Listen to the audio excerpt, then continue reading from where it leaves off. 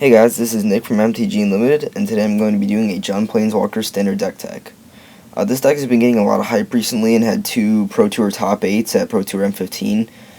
This deck list is basically a revised deck list of Yuki Ichikawa's deck. So I liked a lot of things he did with that deck compared to some other deck lists I had seen. So I took that and altered it a little bit to fit my playing style. So I'm going to be sharing that with you guys today. Start out with our land base here. I'm just going to quickly run over the lands because they're all pretty self-explanatory.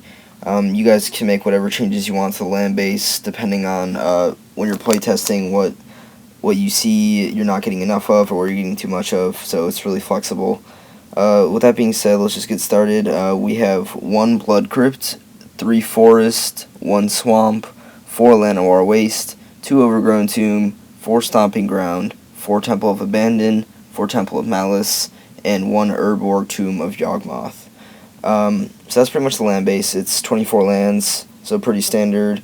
We have a lot of dual lands because we are playing a tricolor deck just to ensure that we don't get screwed on any mana. So let's get started with our creatures. We're playing 12 creatures. They're all going to be used solely for the purpose of just mana acceleration. So we have 4 Elvish Mystics, 4 Sylvan Caryatids, and 4 Courser of Kruphix. All these guys just help get our deck off to a quicker start, because the whole end goal is just to get out our Planeswalkers. Next, let's move on to our plethora of removal spells that we have here. We're playing 1 Abrupt Decay, usually for like enchantment removal, or if you want to take out a creature, it's pretty flexible. Next we have 1 Golgari Charm. This card's also pretty flexible because it has so many abilities and they're all pertain to different situations depending on what you're in. Next we have 2 Heroes Downfall. Yuki Ichikawa wasn't playing this card, I'm assuming because it's double black, but I felt that it was necessary in this deck, and I think double black shouldn't be too hard to pull off with all the dual lands that we're playing, so I went ahead and included that in the deck list. Next we have 1 Putrefy. This has been kind of a sleeper removal spell, hasn't seen a lot of play in standard deck list, but I think it really fits in nicely with this deck. So we're playing 1 of that, and next we have 2 Dreadbore. This is one of the few cards that will rotate in the set, but for right now it's really, really good in the deck list, and it should be easily replaced when Cons comes out, because I think there's going to be quite a bit of removal in that set. Next we have 3 Mizzium Mortars. This card is really good if you can overload it. If not, it's just really good spot removal. Next we have Rakdos' Return. This is another one of the cards that's going to be rotating. I really, really like this card, especially if you can manage to save it for late game. Make your opponent discard their entire hand and deal a lot of damage, sometimes enough for lethal. So that card's really useful in the deck.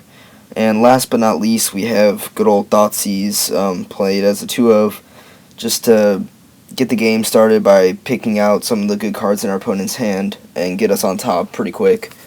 Moving on into the whole reason why this deck has become so popular, the Planeswalkers in the deck.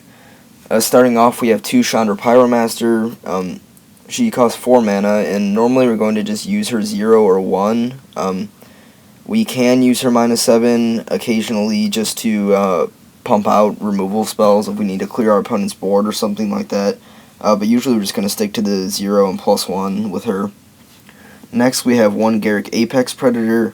Yuki Ichikawa wasn't playing this card, but I felt it was really good and needed to be played. So we're playing 1 Garruk Apex Predator. If you can manage to get him out, he's been really, really good when I've play tested with him. He completely just dominates the game when he gets out, and if your opponent doesn't have an answer for him, he can quickly end a game by himself. Next we have 4 Nissa Worldwaker. She does the same thing as Garruk. She's a really, really strong Planeswalker, probably the strongest Planeswalker in the deck, and in Standard in general right now. She does insane things with all of her abilities, and she can easily just take over a game. Next we have 1 Vraska. Vraska's really good for her +1 ability, and also her -3 spot removal. Her ultimate is good, but usually her ultimate doesn't come out that often, so normally we're just going to sit and tick her up and just use her for spot removal. And last but not least, we have 2 Xenagos the Reveler. Also, our next cheapest Planeswalker at 4 mana.